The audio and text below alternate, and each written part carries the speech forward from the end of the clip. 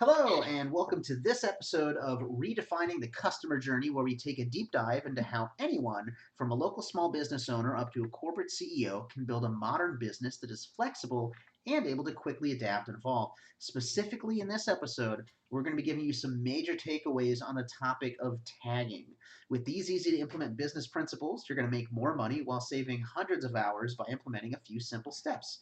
We've all seen businesses collapse because they were built on weak foundations, riddled with problems in their day to day, which are also unnecessarily complex to grow and scale. We want to help you build something that leverages your time and resources for maximum effectiveness without sacrificing your customer experience. I'm Paul Sokol, founder of Pro, best-selling author of the Infusionsoft cookbook, which contains over 80 CRM-based business recipes for automated follow-up. And I've been helping small to medium-sized businesses under 50 million annually grow with automation since 2008. And I'm Bobby Perso, founder of LeadPass.com, which helps you set up your business processes on autopilot to free up more time for sales using automation.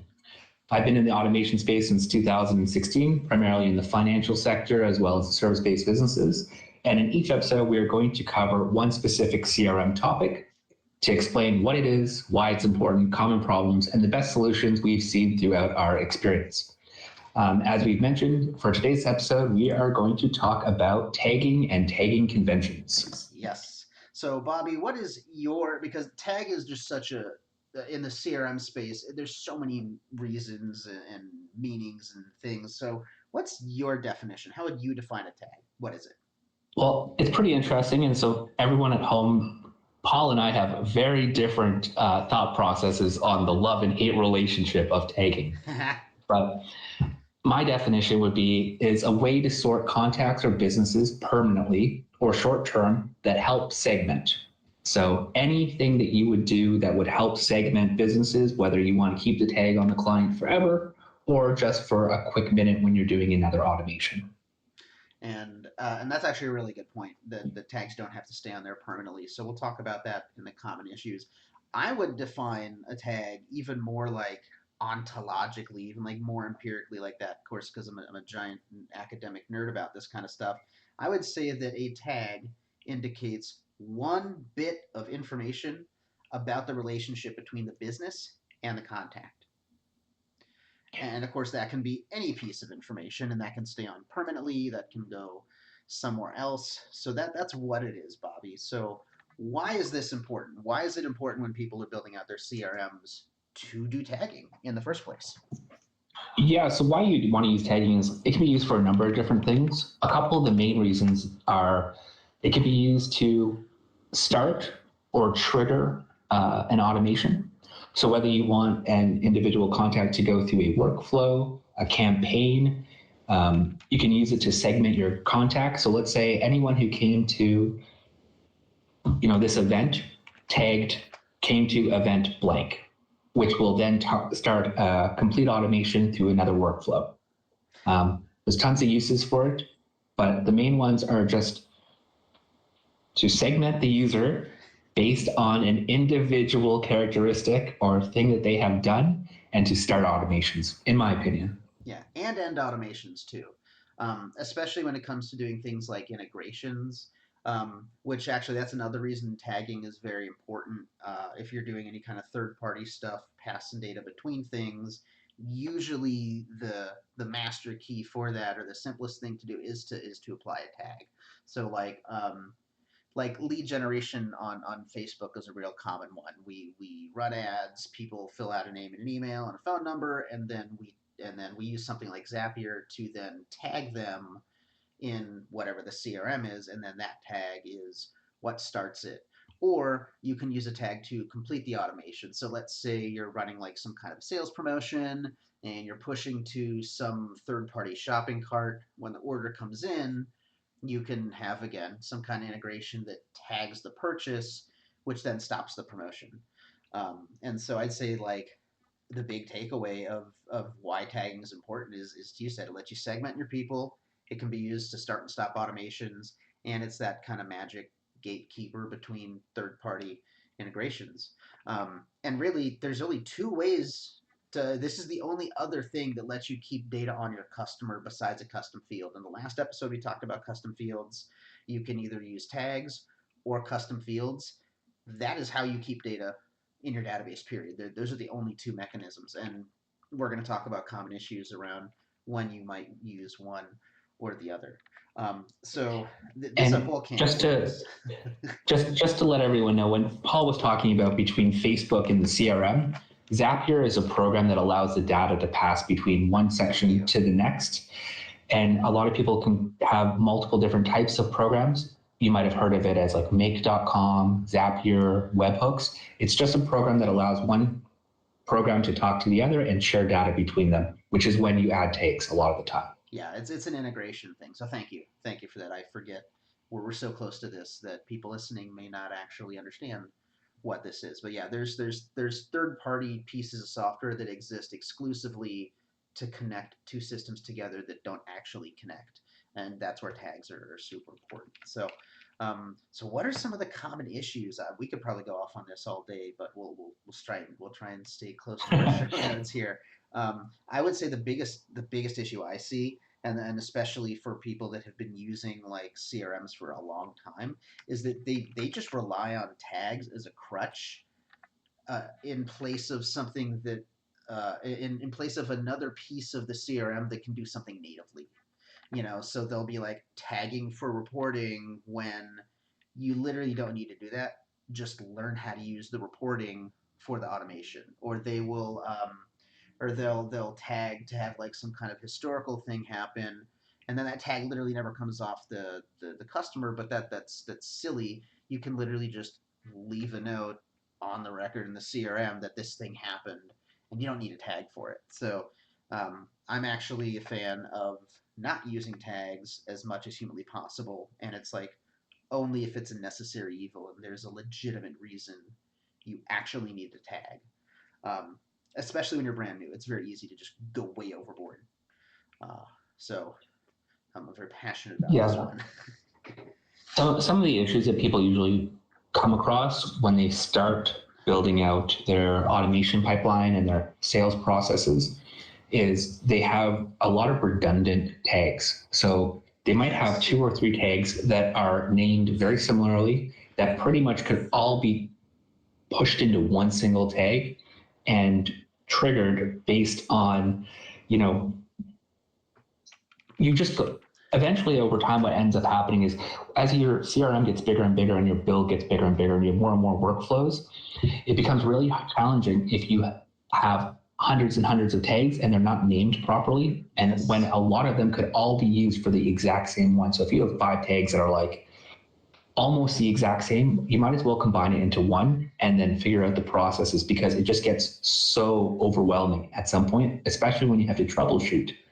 So that would be one of the things. So make sure you don't use redundant duplicate tags. Your tagging conventions need to be very well laid out, or it just turns into a hot mess. It does, and we get really hard on naming conventions in episode 3. If you want to go ahead and learn more about that, but yeah, the names of the tags can totally be complete chaos if you're not careful.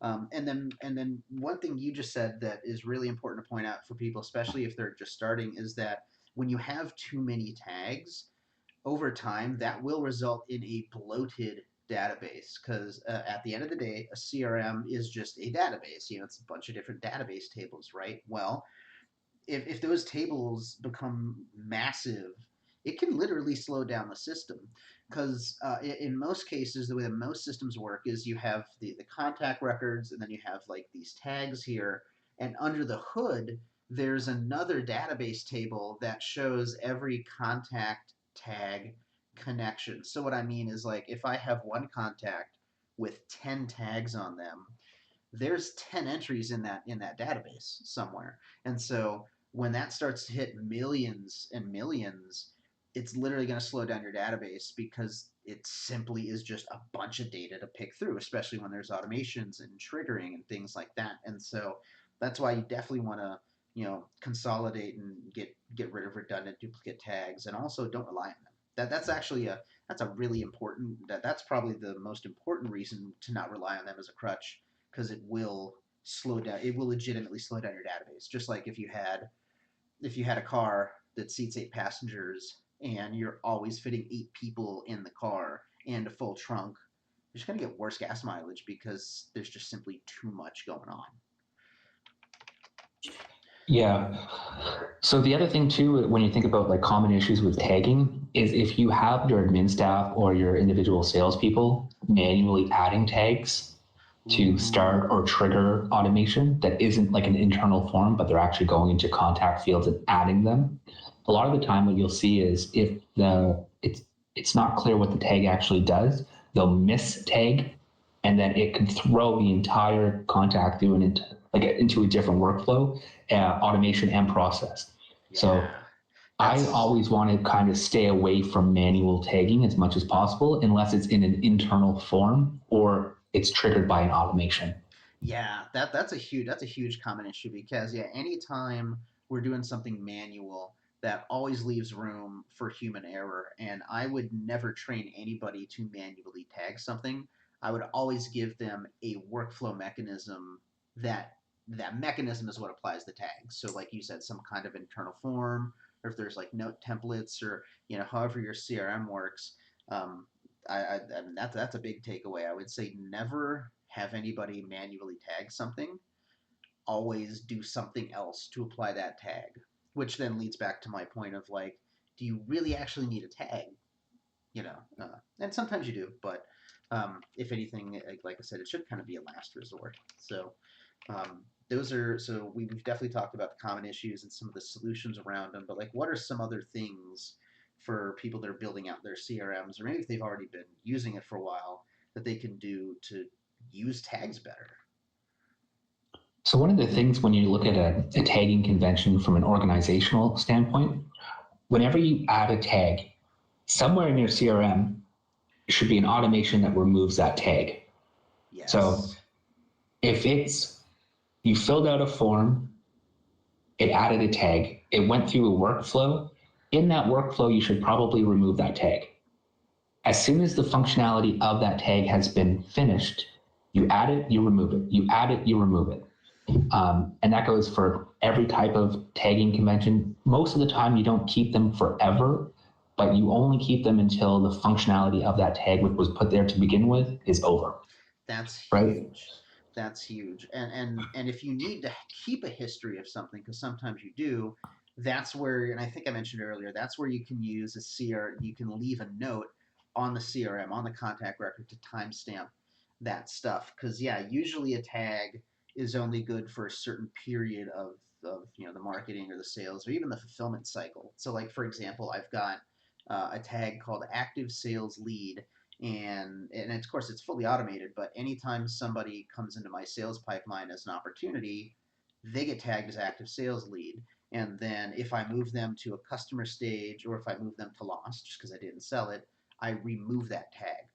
What that means is that at any point in time, I can easily segment my database and say, okay, show me everybody that's active in a sales conversation, and that's it. And I know that it's always going to be accurate and up to date.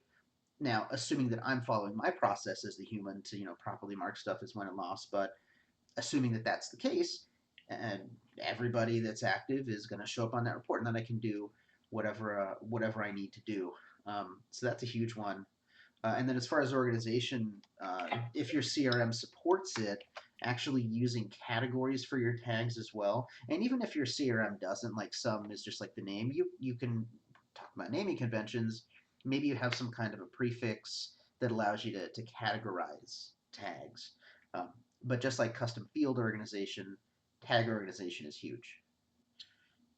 Yeah. And so like when you're building these, another problem that you might run into that, this is a solution for is whenever you go through a workflow, for example, or an automation, you should add a note to it saying, entered workflow, the name of the workflow, and the timestamp.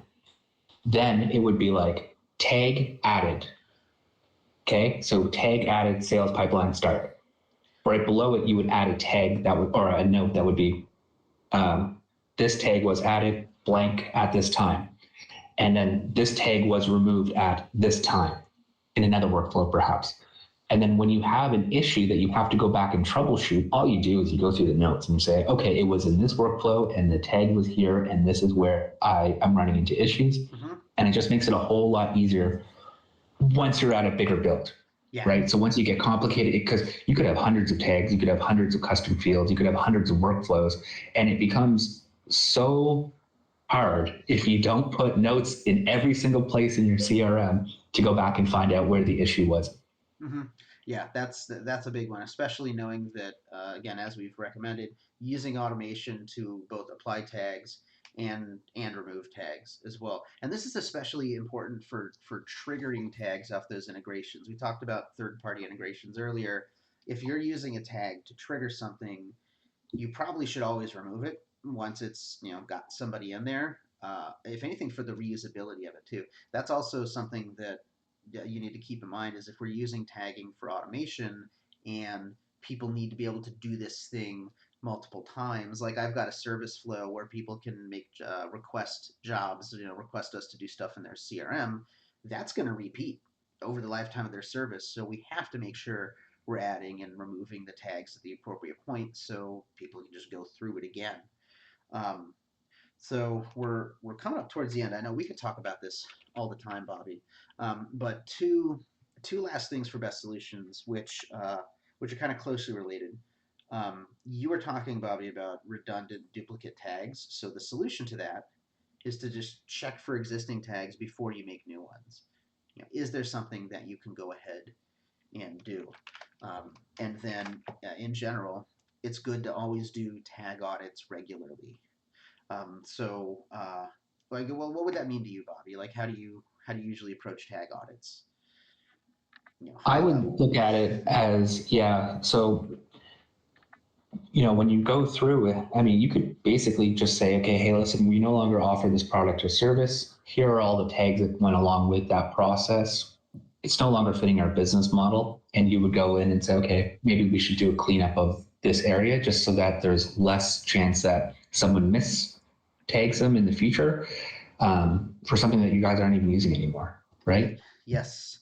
Oh, and actually, that's a good point. If you're gonna remove tags, but you do want to keep that history, you can go ahead and again just have like some kind of an operational admin, mechanism, automation, whatever. Go ahead and leave a note that okay, historically this person bought product A, blah blah blah, and then you can delete that tag knowing that you're not losing that data and you're not losing that reporting. And then again, tag audits will help keep your database nice and clean and lean. And I think again we could talk about tagging all day, which we do, but we want to make sure this is real, short and punchy and valuable for you, our audience here. So I think let's go ahead and put a pin in this tagging for today. So thank you so much for watching and listening. And if you do have any questions about tagging or questions, how would I approach something? What you recommend? Please let us know in the comments, and definitely make sure you watch the next episode where we're talking about automation workflows, which is kind of the heart and soul of any modern CRM. It's very exciting. So make sure you subscribe now if you haven't already so you don't miss it. And if you want to learn more about customer journeys, you can get my free How to Automate Like a Pro mini course. And if you want to get some pre built customer journey automations, Bobby's giving away some free ones. The links to either of those are in the description and the show notes. So have a great day, and we will see you next time.